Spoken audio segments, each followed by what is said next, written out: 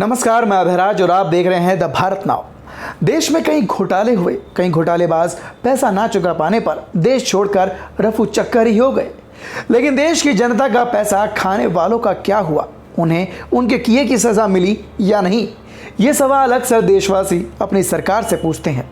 फिर चाहे वो घोटालेबाज नीरव मोदी हो, विजय माल्या हो या फिर मेहुल चौकसी जैसे भगौड़े।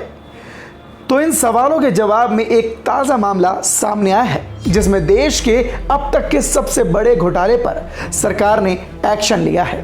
अब क्या है यह मामला और क्या है वो एक्शन, इस खास रिपोर्ट में देखिए।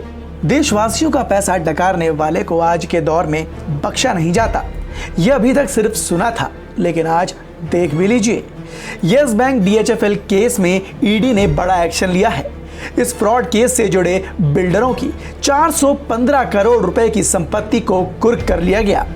जिन बिल्डरों की संपत्ति जब्त हुई है वो कोई और नहीं बल्कि संजय छाबड़िया और साथ ही अविनाश भोसले है।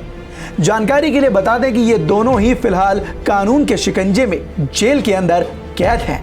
इस मामले में एक दिन पहले प्रवर्तन निदेशालय यानी कि ईडी ने एक और बड़ा एक्शन लेते हुए आरोपी के पास से हेलीकॉप्टर जब्त किया था।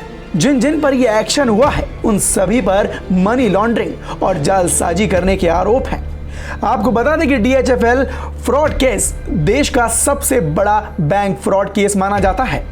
यस बैंक DHFL फ्रॉड का मामला करीबन 34,000 करोड़ का है।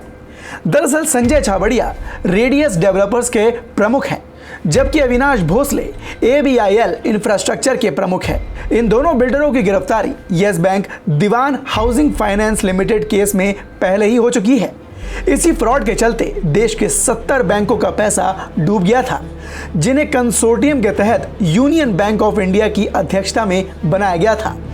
मामले में CBI पहले ही जांच में लगी है। पिछले हफ्ते ही CBI ने कार्रवाई में पुणे में अविनाश भोसले के कब्जे से अगस्ता वेस्टलैंड हेलीकॉप्टर को जब्त किया था, जिसके बाद मुंबई के सांता क्रूज में 116 करोड़ की जमीन और छाबड़िया की कंपनी के 25% इक्विटी शेयर वाले बेंगलुरु में 115 करोड़ का एक लैंड पार्सल जब्त किया गया था।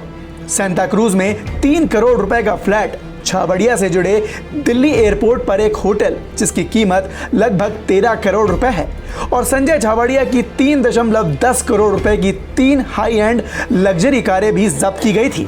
हालांकि ये सब जब्त करने के बावजूद अभी तक फ्रॉड की रकम का आधा तो छोड़िए, 1/4 हिस्सा भी बरामद नहीं हो पाया। ये सारी कार्रवाई prevention of money laundering act के तहत की जा रही है।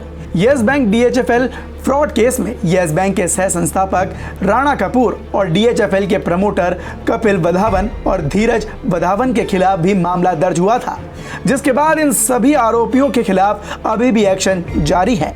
यह FIR 1988 में दर्ज की गई थी। FIR के मुताबिक राणा कपूर ने ही कपिल वधावन और बाकी आरोपियों के साथ मिलकर यस बैंक के जरिए DHFL को वित्तीय मदद दिलाई थी। इसके बदले राणा कपूर को इस फ्रॉड केस का पैसा मिला था।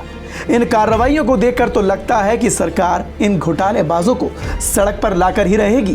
क्या सच में अब घोटालेबाजों का बचना मुश्किल है? क्या सरकार घोटालेबाजों के खिलाफ सही एक्शन ले रही है?